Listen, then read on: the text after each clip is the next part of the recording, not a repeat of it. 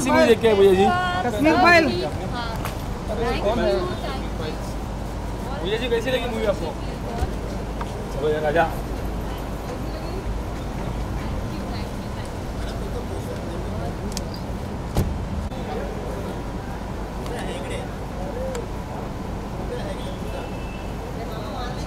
गाड़ी हेलो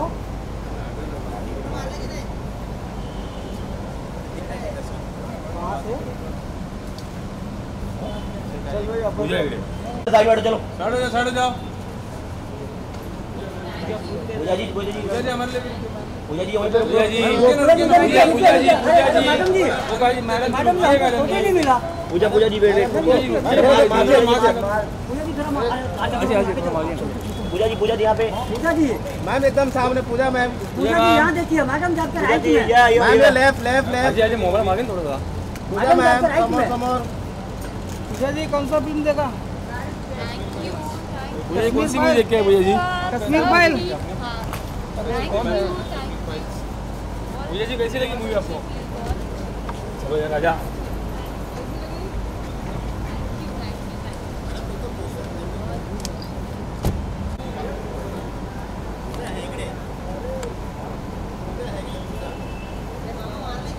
गाड़ी हेलो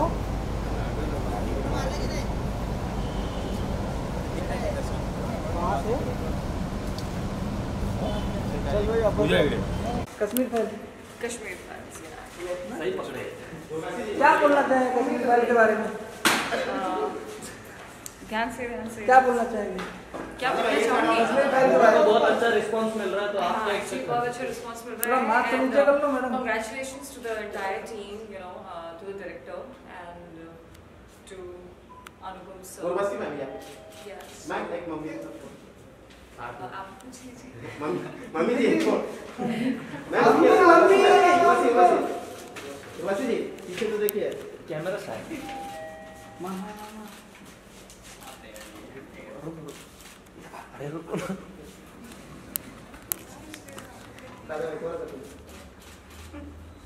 उर्वशी जी उर्वशी जी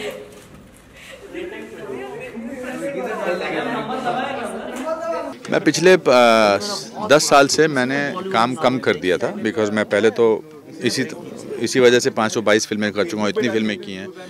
तो मैं ये फिल्म बाकी फिल्मों की तरह ज़रा ज़्यादा फोकस है और ख़ासकर ये तो मेरे दिल के बहुत करीब है क्योंकि ये कश्मीरी पंडितों की त्रासदी है, उनकी ट्रेजेडी की कहानी है और इसको पर्दे पर लाना कला का भी उसमें हाथ था और मतलब क्राफ्ट का भी काम था एज एन एक्टर और दिल के जितने भी टुकड़े हो सकते थे उनको भी लोगों तक पहुंचाना बहुत ज़रूरी था। ये इस ट्रेजेडी का जो 400,000 लोगों को या 4 लाख 5 लाख लोगों को 19 जनवरी 1990 को अपने घरों से निकलना पड़ा और पिछले 32 साल से उनको कोई न्याय नहीं मिला है, तो कभी कभी उस ट्रेजेडी को देखकर पर्दे पर एक थोड़ा सा मरहम का काम होता है। वो जो उनके साथ हुआ वो तो वापस नहीं आ सकता, जिनके अपने लोग चले गए, जिन औरतों का रेप हुआ, जिन लोगों का मर्डर हुआ या जिनको घर से निकाल दिया गया वो तो वापस नहीं आ सकता है, लेकिन उनकी ट्रेजेडी जो है वो लोगों तक पहुंचेगी। इससे थोड़ा सा लगता है कि चलो हमारे साथ कोई हमदर्दी दिखाने वाला होगा।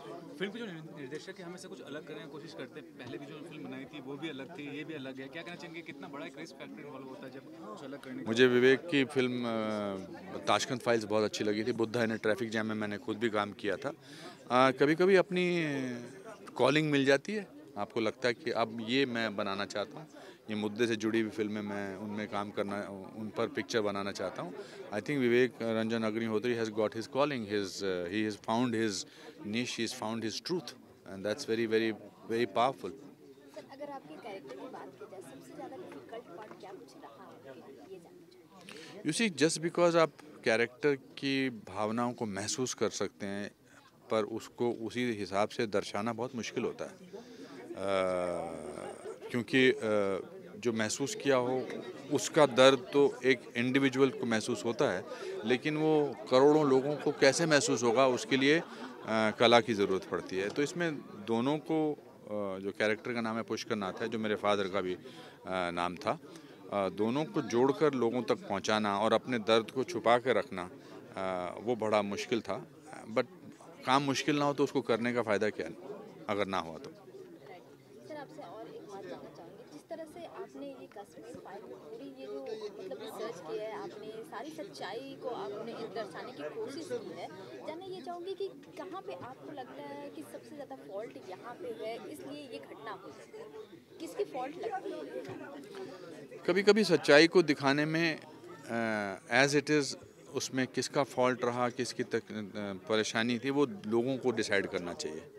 हम तो कहानी के पात्र हैं और हमने कहानी को दिखा दिया। पूरी दुनिया जानती है कि किसके terrorism is the biggest enemy of human beings, of human kind, of world today. और यही टेररिज्म का ये जो थे ये शिकार हुए ये कश्मीरी पंडित। एक वरना कश्मीर जो है वो उसका कश्यप, ऋषि कश्यप के नाम से उस पर रखा गया है और धीरे धीरे करके सब लोग वहाँ से निकाल दिए गए हैं। तो आई थिंक टेररिज्म ने हर किस्म के इंसान को, हर किस्म के धर्म को नुकसान पहुँचाया है, न केवल पंडितों को, ब्राह्मणों को या हिंदुओं को, पर उसमें मुसलमानों को भी काफ़ी टेररिज्म के शिकार हुए हैं, काफ़ी उनकी भी जानें गई हैं। सरदारों को अभी भी कश्मीर में कितने लोगों ने मुसलमानों को ही मारा है, कितने सरदारों की रिसेंटली हत्या की गई है। तो biggest enemy of today's world is terrorism. नमस्कार। Thank you. सबसे पहले मैं आपको बताना चाहूँगी कि आपका भी हमने 20 मिनट का दिल को छू जाने वाली लगी, और जिस तरह की ये स्टोरी है, जिस तरह से ये हमारी हिस्ट्री में हुआ, द कश्मीर फाइल आप लेकर आ रहे हैं, सबसे पहले क्या ऑडियंस को बोलना चाहेंगे? मैं सिर्फ अपने दर्शकों से यही कहना चाहूँगा कि ये यथार्थ है, बहुत ही सत्य है, और ये जो कड़वा सच है ये लोगों तक ज़रूर पहुँचना चाहिए। और ये विवेक अग्निहोत्री साहब ने जो बीड़ा उठाया है वो बहुत ही काबिल तारीफ़ है। You know, he deserves all the credit to bring this story out. बहुत ही बढ़िया बात है। और देखिए ये बहुत ही मार्मिक है, बहुत ही दारुण है, इतनी इमोशनल कहानी है ये कि जो सत्य है। आप देखेंगे कि मेरा तो ये कहना ज़रूरी ये चाहता हूँ कि अपने दर्शकों से कि हर भारतीय को ये फिल्म देखनी चाहिए ताकि उन्हें पता चले कि किस तरह एक मास एक्सोडस हुआ, जेनोसाइड किया गया, एक कम्युनिटी को मार के भगा दिया गया, ताकि ये लोगों को दिल दहला देने वाला जो ये सब्जेक्ट है लोगों तक पहुँचे, बिकॉज और ताकि इस तरह की दोबारा घटना हमारे देश में फिर ना हो। यही रीज़न है कि हम सब इस कॉज से जुड़े हैं और हमने ये विवेक साहब ने ये फिल्म बनाई है, बहुत ही काबिल तारीफ, बहुत ही बढ़िया फिल्म बनाई है। जिस तरह से आपने कहा कि ये कड़वा सच है, सो कहाँ आपको लगता है किसकी गलती है, क्या कुछ फॉल्ट है जिस तरह से ये स्टोरी बनी? देखिए आप जब फिल्म देखेंगे आप रियलाइज़ करेंगे कि किसने, देखिए जो जेनोसाइड हुआ, जो मास एक्सोडस, जो आप देखेंगे जो एक कम्युनिटी को जो परसिक्यूट किया गया, ये पहली बार नहीं हुआ है। ज्यूस के साथ हुआ हमारे देश में। आप देखिए पार्टीशन से पहले, बिकॉज मेरे जो पिताजी थे, मेरे जो दादाजी थे, वो रावलपिंडी के थे, सियालकोट के थे, पेशावर के थे, तो किस तरह वे रातों रात उनको एक भाई देश आज़ाद हुआ, पार्टीशन हुआ, तो उन्हें पाकिस्तान छोड़कर, जो हमारा जो हिंदुस्तान था वो वेस्टर्न पंजाब था, उसे छोड़ के वहाँ आना पड़ा। तो मैंने तो कहानी सुनी थी यार, कितना मतलब एक कपड़ों में सब कुछ, घर बार हर चीज़ छोड़ के वो आ गए थे, तो एक डिस्प्लेस हो गए थे।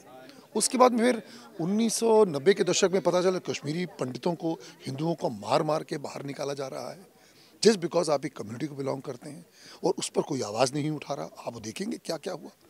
और तो ये जो सच था, ये जो कड़वा सच है, ये लोगों तक लाना बहुत ही ज़रूरी था। देर आए दुरुस्त आए, 30 वर्षों बाद या 35 वर्षों बाद, ये कितने ऑलमोस्ट दिस इज़ 32 ईयर्स के बाद ये फिल्म जो है वो 89 में शुरू हो गया था, ये फिल्म आ रही है, तो ये बहुत ही ज़रूरी है, ये आनी चाहिए फिल्म, ताकि लोगों को पता चले और हम जो है इस तरह की दोबारा ऐसा जो जेनोसाइड ये नहीं होना चाहिए। और क्योंकि यहाँ पर हिंदुस्तान में हर भारतीय को रहने का अधिकार है और किसी के साथ भी ऐसा नहीं होना चाहिए।